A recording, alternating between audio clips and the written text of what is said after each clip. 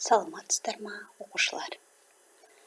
Бәріміз бір сәт экранға назар аударайықшы. Бұл суретте кім бейнеленген? Әрине, әженің бейнесі. Әже деген бәрімізге ең жақын, мейірімді адам деп ойлаймын. Бүгінгі сабағымыздың тақырыбы да әже туралы болмақ.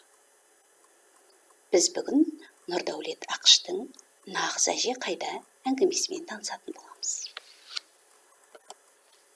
Оқу мақсаты әдеби шығарманың тақырыбы мен идеясын анықтау, эпикалық шығармадағы автор бейнесін анықтау. Яғни сіз бүгін әңгіменің негізін тақырыбын анықтайсыз, идеясын өз көзқарасыңыздың негізінде жеткізесіз, автор көзқарасын анықтайсыз, шығарманың түйінді ойын анықтайсыз. Осы бойынша бағаланатын боласыз.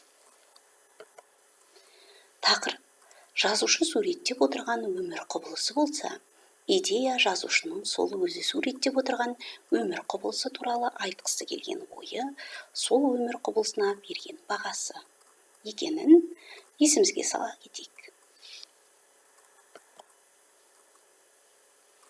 Нұрдәулет Ақыштың «Нағыз әже қайда» әңгімесінде отбасы, ұшқан ұя, жылылықтың, мейірімділіктің мекен екені, отбасындағы әке-шеше, ата-әженің орны туралы ой толғайды.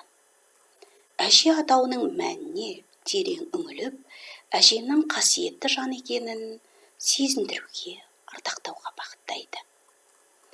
Үйдің ішін астан-кестен етіп шулаған екі қызын «Келіңдер, ертегі айтып берейін» деп тыныштыққа шақырған әке, қыздарына түрлі ертегі айта отырып, ертегі тыңдауға дәндетіп алады.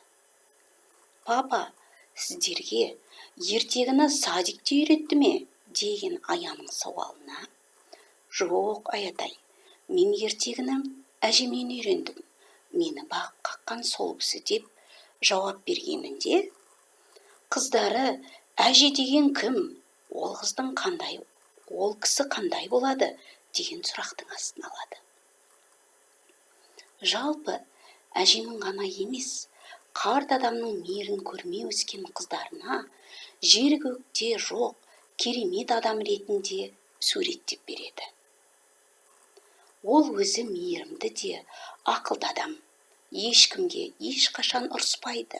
Жұрттың бәрімен қарағым, айналайын деп жылы сөйлесетін иман жүзді қария. Өзі ылғи шаруа істеп күйбеңдейді де жүреді. Шаруа істемеген күннің өзінде ұршы қиырып отырады. Енді қыздары осындай нағыз әжені көрсетуді талап ете бастайды. Бұл оңай шаруа емес еді. Себебі өз анасы, әжесі дүниеден озған. Таныс адамдардың әжелері де жас еді. Бір күні сәті туып, жолдасының үйіне анасы, яғни балаларының әжесі келеді деген хабарды естіп, көптен күткен әжені көрсету бақыты туады. Бірақ ол әже қыздардың қолындағы әжедей емес, жаңашыл, современный әже екен. Өзі ертегі білмейді екен. Шығарма соңы әкесінің басқа нағыз әжені көрсетуге берген уәдесімен аяқталады. Енді оқушылар, біз шығарманың мазмұнын оқулығымызды алып, толық танысып шығайық. Сіз оқып шықты деп ойлаймын. Шығарманың негізгі идеясы неде деген сұраққа жауап беріп көрейік. Қалай ойлайсыздар? Бұл шығарманы жазу арқылы автор неге тәрбиелегісі келді бізді? Өте жақсы. Сіз жауап бердіңіз. Яғни автор отбасындағы туыстық қарым-қатынасты, әр туыс адамның өзінің орнын білуге үйреткісі келді. Автор шығармада қандай мәселені көтерді? Өте жақсы. Сіз жауап берді деп ойлаймын. шығарма кейіпкері қандай ұлттық құндылықты іздейді? Тамаша. Бұл сұраққа да сіздің жауабыңыз дайын. Азат пен қыздары ауылдан келген шешейді неге әже деп атай алмады? Қалай ойлайсыздар? Сіздің көзқарасыңыз қандай? Тамаша. Иә, сіз дұрыс жауап бердіңіз. Енді оқушылар, біз хикая картасымен жұмыс жасаймыз. Бұл бізге шығарманың мазмұнын қаншалықты меңгергенімізді анықтау үшін қажет болып тұр. Ол үшін біз мына жерде тұрған әрбір 4 бүрішке мына жерде берілген оқиғалардың ретіне қарай орналастыруымыз қажет. Кәне ойланайық. Бірінші қайсына барамыз? Өте жақсы. Яғни келіңдер ертегі айтып берейін деген бұл ең бірінші әкенің берген шақыруы. Әкенің айтқан шақыруынан басталды. Жақсы. Одан кейін қайсын орналастырамыз? Иә, әжемен ұршық ұғымындағы байланыс. Яғни әкенің әжені суреттеуі. Тамаша. Келесі қайсын орналастырамыз? Ая мен Райханның тілегі. Яғни әжені көрсет деген тілегін айту. Өте жақсы. Әр қарата келесі 4 нәрсені сіздер өздеріңіз жеке орындайсыздар деп ойлаймын. Келесі тапсырмамыз бізде екі жақты кесте. Яғни біз автор көзқарасын анықтайтын боламыз. Мына шығармада берілген үзіндіні оқып шығыңыз. Өте жақсы, сіз оқыдыңыз. Бұл жерде автордың көзқарасы қандай? Әрине, автор бұрынғы балаларды әжелердің бағып қаққанын және олардың ертегі айту арқылы көп нәрсеге тәрбиелегенін айтқысы келді.